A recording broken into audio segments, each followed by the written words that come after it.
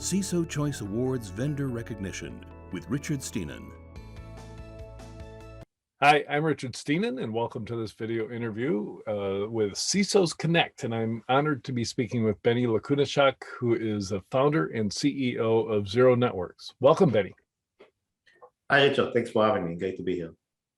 Yeah, it's Benny. I love talking to founders of new security companies, especially when there are already over 2,680 by my count. What in the world could you think is better than applying all the technology we've had for the last 20 years?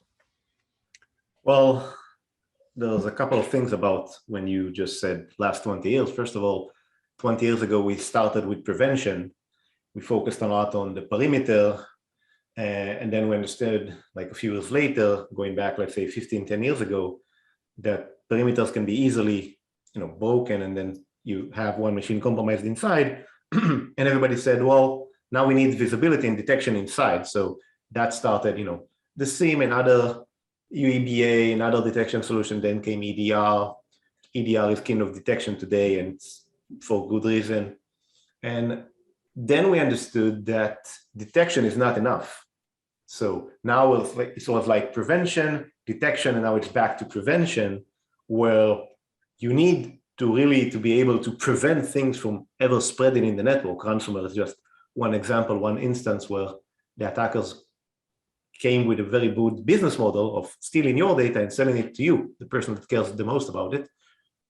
But it's just yet another instance of the same thing. They get inside and they spread very easily, very freely, regardless of how many detection solutions you think you have. So yeah, 2,680 seems overly crowded. I don't think that's particularly good situation, but that's a discussion by itself. But what we do is, and I left like Microsoft for the last time just because I was really sick and tired seeing all of my customers being breached. There was nothing I could do about it. Like, it doesn't matter how many detection or niche solutions here or there you put. Some of them are good and some of them you really have to do for various reasons of compliance and other things. But really, to stop a breach, we needed to analyze what's going on here, and really the root cause of why things are happening as they are. And if you go and analyze attacks from most common ones, from the first famous ransomwares like NHS or WannaCry, all the way to today, including SolarWinds, which was probably one of the biggest advanced attacks campaigns ever, and Garmin, which is just commodity ransomware spreading, and other things as well. The root cause of all of those is the network. They get inside, they get into one machine, from there they start spreading till they reach their end, the attacker's end goal, whatever that may be. And the reason that's easy for them is because networks are open, because it's hard to do whitelisting. It's hard to say, okay, let's close everything down to every machine exact in need at that moment in time. That's not scalable. And we found a very unique way to actually completely automate all of that and have that also self-service. So if somebody needs something, they can always MFA and they get a network port open for them for what they need. And we also prioritize that for more privileged stuff and less normal user stuff, because you don't want to bother the users. Plus, attackers don't use these ports, the normal user communication, to actually spread. So that's a unique combination to do. So that's in a nutshell what we do as well to solve that problem. So you're talking about microsegmentation, and we've been able to do that for our corporate networks and the switches for years, and yet we discover that nobody does it because it's so hard to manage. Like you said, you have to create policies in order to do that. So how do you do it in a modern solution like yours? So that's a good question. A few things. First of all, modern means I don't need to be reliant on hardware or anything complicated or matching, firmware to this or to that driver or whatever. Then shifting from that old model to a more modern model that I call, there's 1.0, all of that hardware stuff, 2.0, let's call it the agent-based microsegmentation, like other vendors. But again, putting an agent, defining a whitelist or policy, putting an, again, that's not scalable. So the third generation, which is what we're leading here, is what I call a least privileged network. Yes, it's microsegmentation to some degree, but it's more a combination of automated microsegmentation and adaptive MFA. And combined, that means you're in a least privileged network where nothing can just communicate. It's really benign stuff that are just happening all the time. And the rest, you need to MFA. So that's the uniqueness. It's that automation, and there's a lot I can say about that. And it's not your average machine learning BS. It's actually a lot more common sense of how can I take a big problem and solve it in easy, smaller chunks so that it's more predictable and accurate. And again, plus that MFA piece, which then everybody can go about their business. There is no interruption, and you don't burden the network security operation team to whitelist all the time. So that's the unique combination to really do this at scale. Cool. And speaking of scale, how do you scale? Could you handle, all of the U.S. federal government, which is now under a mandate to implement both MFA and so-called zero trust architectures? So let's be honest. Even if I put Cisco in the US federal government, they would fail. It's like it's too big. But our architecture that we've chosen is one that scales very well. So the way we do it is via a virtual appliance that remotely manages host-based firewalls. We are completely agentless. The virtual appliance itself is stateless, and you can just put multiple for horizontal scale, and it's all managed from the cloud. And that can be, FedRAMP, federal cloud, basically. So it's very easy to scale. Like the architecture itself scales.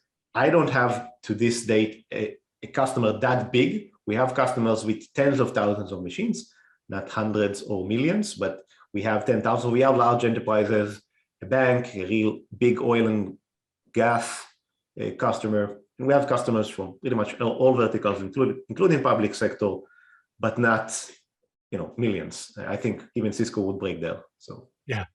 And what are the experiences of those existing customers? 6 weeks into it, do they start telling you, "Oh my gosh, our SIM has gone quiet. Our operations are so much more efficient. We canceled the need to hire a bigger team," things like that going on? Oh yeah, that's definitely, there are many, many, many wins that can be taken here. And I'll start with a few and then I'll finish those with an interesting story. So first of all, yeah, you don't need a big network operations team anymore. You can simplify your internal segmentation. You can rely less on NACs and other internal firewalls. You don't need the traditional microsegmentation, which I call 2.0, which is now old, in my opinion, on how we do it. There are a bunch of things you can just either throw out or reduce to some degree. Plus, we can also replace any MFA solution you want or integrate with some and just extend it everywhere. Every application, every on-prem, cloud, legacy, non-legacy, they can all get MFA, so you can save a bunch. And what we also see, as you actually mentioned, is that because we're there and we're preventing everything, the amount of false positive is reduced because there's less stuff that's actually happening. So there's less stuff to alert on, which is an amazing thing by itself. And actually, we're winning pen tests. So customers that deployed us, some of them actually failed the pen test miserably, like most customers, I guess. And we came in and actually, and that's like our biggest win, Zero Network's biggest win, is our smallest customer. So we have a small customer, a few hundred of machines. Like they failed the pen test, an automated pen test, a very aggressive one of the more aggressive automated pen testing companies. And that organization has like one IT guy basically, or one IT and a half, let's say. And they don't have a big budget, but they can do some stuff. So we were introduced to them. They deployed us within a couple of hours. Then we went into learn mode. A few weeks later, everything automatically, all of the hundreds of assets moved into protection mode. They ran the pen test again. The pen test could not do almost anything. So from red to green, from losing a pen test to defeating an advanced attacker within a few hours of work. I don't know a lot of vendors that can state something like that for such a small IT shop. And that's why we actually see a lot of momentum in really helping mid-market customers, I would say, which is a market I think is very underserved as well. Yeah, I agree. But they have the opportunity to leapfrog the old way of doing things. Oh, Don't have to definitely. have big stacks of equipment in a data center. They can work with you and get to the same level quickly or better. 100%. Yeah, I agree. Oh, this is great. It's just a taste of the things Zero Networks can do. I'm so happy to hear from you. Stay tuned for more from CISO's Connect.